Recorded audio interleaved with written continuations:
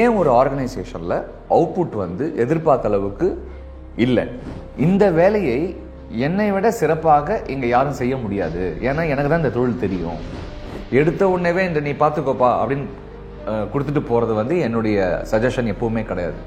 ஒரு மனிதனை தயார் செய்ய வேண்டும். எனக்கு இவ்வளோ டேலண்ட் இருக்குது, என்னால் அதை செய்யவே முடியலையே, எனக்கு ஒரு வாய்ப்பே இங்கே இல்லையே அப்படின்ற ஒரு எண்ணம் வருது.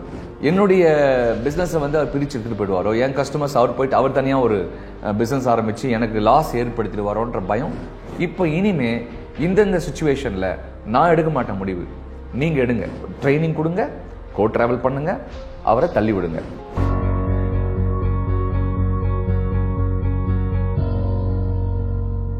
அனைவருக்கும் வணக்கம். சிறு குறு தொழில் முனைவோர்களுக்காக நம்ம வார வாரம் நிறைய ப்ரோக்ராம்ஸ் வீடியோஸ் ரிலீஸ் பண்ணிகிட்ருக்கோம் லேர்ன் ரெசிடென்ஷியாவில். இன்றைக்கி நம்ம பேச போகிற டாபிக் பார்த்திங்கன்னா, ஆண்டர்ப்ரனர்ஸ் அப்பப்போ யோசிக்கிறது அடிக்கடி யோசிக்கிறதுன்னா அவுட்புட் வீக்காக இருக்குது ஆர்கனைசேஷனில். எந்த ஆர்கனைசேஷனில் அவுட்புட் அதாவது ஈல்டு ரிசல்ட் வீக்காக இருக்கும், அவங்களுக்கு சில இன்புட்ஸ் கொடுக்கலாம், அதை எப்படி இம்ப்ரூவ் பண்ணலாம் அப்படின்ற ஒரு ஆஸ்பெக்டில் தான் நான் பார்க்குறேன். ஏன் ஒரு ஆர்கனைசேஷனில் அவுட்புட் எதிர்பார்த்த அளவுக்கு இல்லை, ஏன் அது வீக்காக இருக்குது அப்படின்னு சொன்னால் 2-3 விஷயம். இது நான் பேசுகிறது எல்லாமே சிறு குறு தொழில்கள், எம்எஸ்எம்இ ஆண்டர்ப்ரனர்ஸ்க்காக நான் பேசிகிட்டு இருக்கேன். 2-3 விஷயம் வைட்டலாக நான் போய் ஆடிட் பண்ணி பார்க்கும்போது தெரிஞ்ச விஷயம் என்னென்னா, மேக்ஸிமம் நம்பர் ஆஃப் ஆர்கனைசேஷனில் சிறு குறு தொழிலில் அந்த ஓனர் தான் அந்த பிஸ்னஸை முழுசாக ஹேண்டில் பண்ணுறார். பிகினிங் டு எண்ட் அந்த ஓனர் அப்படின்னு சொல்லக்கூடிய அந்த ஃபவுண்டர், அந்த ஆண்டர்ப்ரனர், அவர் தான் எல்லா முடிவுகளையுமே எடுக்கிறாரு.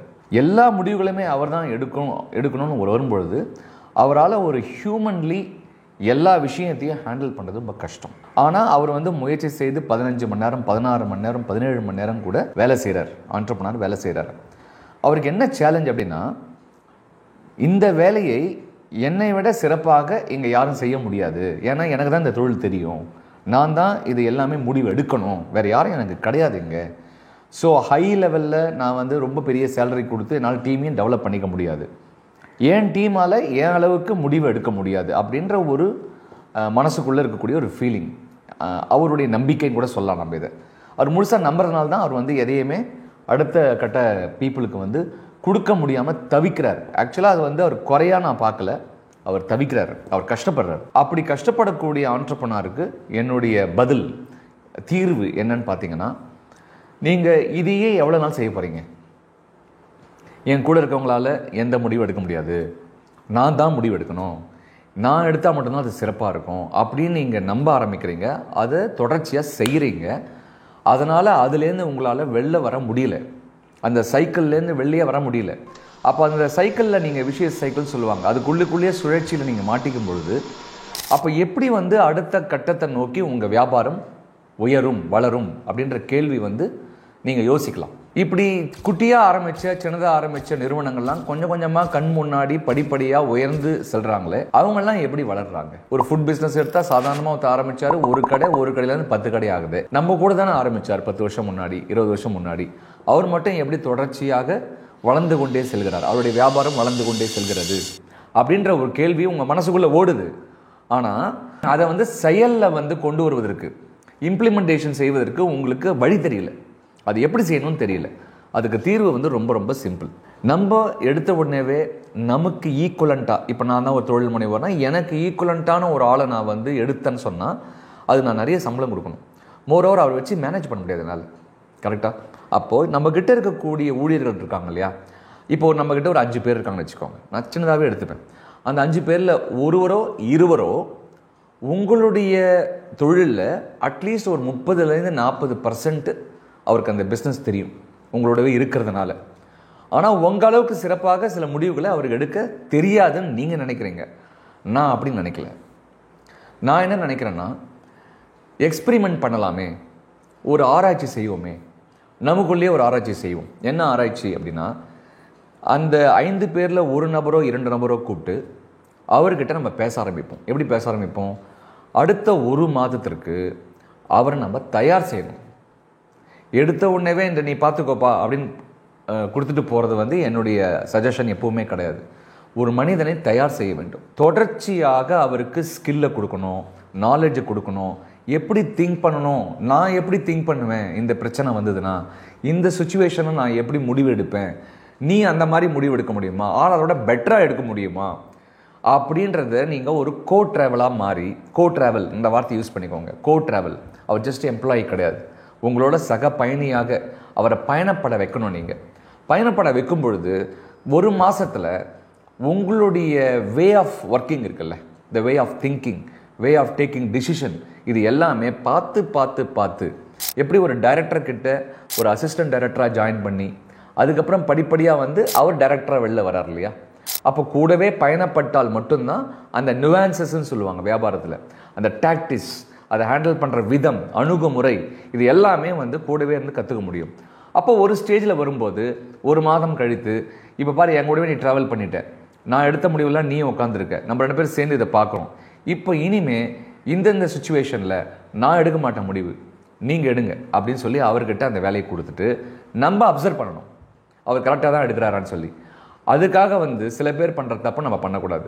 கூட உட்காந்துட்டு கார் ஓட்டும்போது, கார் ஓட்டுவர ஒரு நண்பரை, நம்முடைய கலீகை வந்து கார் ஓட்ட சொல்லிவிட்டு கூட பக்கத்து சீட்டில் உட்காந்துட்டு இப்படி லெஃப்ட்டில் போ, நீ ரைட்டில் போ, பிரேக்கை போடு, கிளச்சை போடி, இதெல்லாம் சொல்லக்கூடாது. ஏன்னா அவரை காரை ஓட்ட முடியாது. கூட உட்காந்து கார் ஓட்டக்கூடாது. கூட உட்காந்து அப்சர்வராக பார்க்கணும், தவறாக போகும்போது மட்டும் கரெக்ட் பண்ணணும். ஸோ எல்லாத்தையுமே குட்டி குட்டியாக நீங்கள் அவரை கைட் பண்ண ஆரம்பிச்சிங்கன்னா அப்புறம் நீங்கள் ஸ்பூன் ஃபீட் பண்ணுறீங்க. நீங்கள் கண்டினியூஸாக ஸ்பூன் ஃபீட் பண்ணிட்டே இருந்தீங்கன்னா அவர் எப்போ வந்து தனித்துவமாக சில முடிவுகள் எடுக்க முடியும். ஸோ ட்ரைனிங் கொடுங்க, கோ ட்ராவல் பண்ணுங்கள், அவரை தள்ளி விடுங்க. நீங்கள் எடுப்பா முடிவு, நான் கூட இருக்கேன் உனக்கு. சரி, ஒரு முடிவோ 2 முடிவோ தவறாக தான் போகட்டுமே, பெரிய லெவலில் ஃபினான்ஷியல் டேமேஜ் இருந்தால் ஒழிய ஆர் லீகலாக ஏதாவது பெரிய பிரச்சனைகளை மாட்டாத தவிர மற்ற சின்ன சின்ன விஷயங்கள்லாம் அப்படியே ஒரு வேளை தப்பாக தான் போகட்டுமே. ஒரு 500 ரூபாய்க்கு ஒரு மிஸ்டேக் பண்ணட்டுமே, ஒரு 1000 ரூபாய்க்கு ஒரு மிஸ்டேக் பண்ணட்டுமே, உங்கள் பிஸ்னஸோட சைஸை பொறுத்து நீங்கள் இதை பிளான் பண்ணலாம். 5000 ரூபாய்க்கு மிஸ்டேக் பண்ணட்டுமே, மிஸ்டேக் பண்ண தானே கற்றுக்க முடியும். அப்போது அந்த மிஸ்டேக் பண்ண உடனே அவருக்கு என்ன தோணுன்னா, ஐயோ ஏற்கனவே நான் ஒரு 5000 ரூபா லாஸ் பண்ணிட்டேன், இந்த மாதிரி முடிவு எடுத்து இனிமேல் நான் வந்து ஜாகிரதையாக இருக்கணும், every time I can't lose money, companies மணின்ற அவருக்கும் ஒரு பயம் வரும், சீரியஸாக இறங்கி செய்வார். ஸோ இதுக்கு பேர் என்னன்னு கேட்டிங்கன்னா டெலிகேஷன் சொல்லுவாங்க, பவர் ஆஃப் டெலிகேஷன். எப்படி வந்து கொஞ்சம் கொஞ்சமாக ஒரு ஆளை செதுக்கி செதுக்கி செதுக்கி அவரை வந்து டிரைவர் சீட்டில் உட்கார வச்சு இப்போ நீ ஓட்டு, நான் பின்னாடி உட்காந்து பார்க்குறேன். இப்போது இதை செய்யும்போது ஒரு பயம் இருக்குது, ஆண்டர்ப்ரனருக்குள்ள பயம் என்ன, ஏன்னா நான் வந்து களத்தில் இறங்கி ஃபீல்டு லெவலில் ஆண்டர்ப்ரனர்ஸோட ஒர்க் பண்ணுற ஒரு பிஸ்னஸ் அட்வைசர்.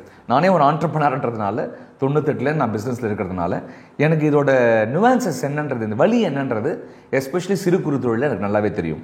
அப்போ என்னன்னு கேட்டிங்கன்னா, ஒருவேளை நான் வந்து அவரை இன்வால்வ் பண்ணிவிட்டு அவர் எல்லாமே முடிவெடுக்கும் பொழுது என் பிஸ்னஸ் அவர் எடுத்துகிட்டு போயிடுவாரோ, என்னுடைய பிஸ்னஸை வந்து அவர் பிரித்து எடுத்துகிட்டு போயிடுவாரோ, என் கஸ்டமர்ஸ் அவர் போயிட்டு அவர் தனியாக ஒரு பிஸ்னஸ் ஆரம்பித்து எனக்கு லாஸ் ஏற்படுத்திடுவாரோன்ற பயம் பொதுவாக இருக்குது. ஏன்னா நடக்குது, இந்த மாதிரி இது நடக்காமலாம் இல்லை, நடந்து தான் இருக்குது. ஆனால் ஒரு விஷயம் நம்ம வந்து யோசிக்கலாம். எப்படி யோசிக்கலாம்னா, நம்ம கூட ஒர்க் பண்ணுறவங்களுக்கு அந்த எண்ணம் ஏன் வருது?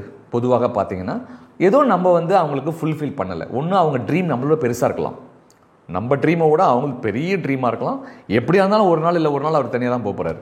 இன்னொன்று வந்து நம்ம அவருக்கு வாய்ப்பே கொடுக்காம அவருடைய பொட்டன்ஷியலை அன்லாக் பண்ணாமல் இருப்போம். ஒவ்வொருத்தருக்கும் ஒரு தனித்துவமான சக்தி இருக்குது, பவர் இருக்குது. அதை பொட்டன்ஷியல் அன்லாக் பண்ண விடாமல் அவர் குறுகிய வட்டத்தில் வைக்கிறதுனால அவருக்கு ஐயோ எனக்கு இவ்வளோ டேலண்ட் இருக்குது சொல்ல கூட தெரியாது. சில பேருக்கு எனக்கு இவ்வளோ டேலண்ட் இருக்குது, என்னால் வந்து அதை செய்யவே முடியலையே, எனக்கு ஒரு வாய்ப்பே இங்கே இல்லையே அப்படின்ற ஒரு எண்ணம் வருது.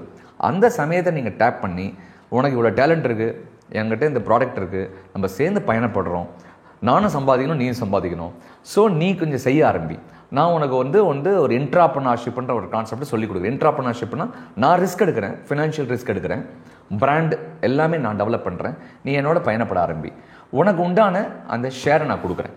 ஷேர் மீன்ஸ் நல்லா இன்சென்டிவைஸ் பண்ணலாம், நல்லா ப்ராஃபிட் ஷேரிங் கொடுக்கலாம், அவருக்கு உண்டான கம்ஃபர்ட்டை கொடுக்கலாம். ஒரு மனிதனுக்கு கம்ஃபர்ட் கிடைச்சிருச்சுன்னு சொன்னால், ஃபினான்ஷியல் கம்ஃபர்ட் நான் சொல்கிறேன், பவர் கம்ஃபர்ட் கிடைச்சதுன்னா, ஒரு அத்தாரிட்டி கம்ஃபர்ட், அவருடைய திறமைக்கேற்ற ஒரு சேலஞ்ச், ஒரு சவால், இதெல்லாம் கிடச்சிதுன்னா யாருமே டக்குன்னு குட் பண்ணி போகணுன்னு ஆசைப்பட மாட்டாங்க பொதுவாக பார்த்தீங்கன்னா. ஏன்னா புது இடம் எப்படி இருக்குன்னு தெரியாது, புதுசாக ஆரம்பிக்கிற விஷயம் எப்படி இருக்குன்னு தெரியாது. ஏன்னா எல்லா ரிஸ்க்கும் அவர் எடுத்தாகணும்.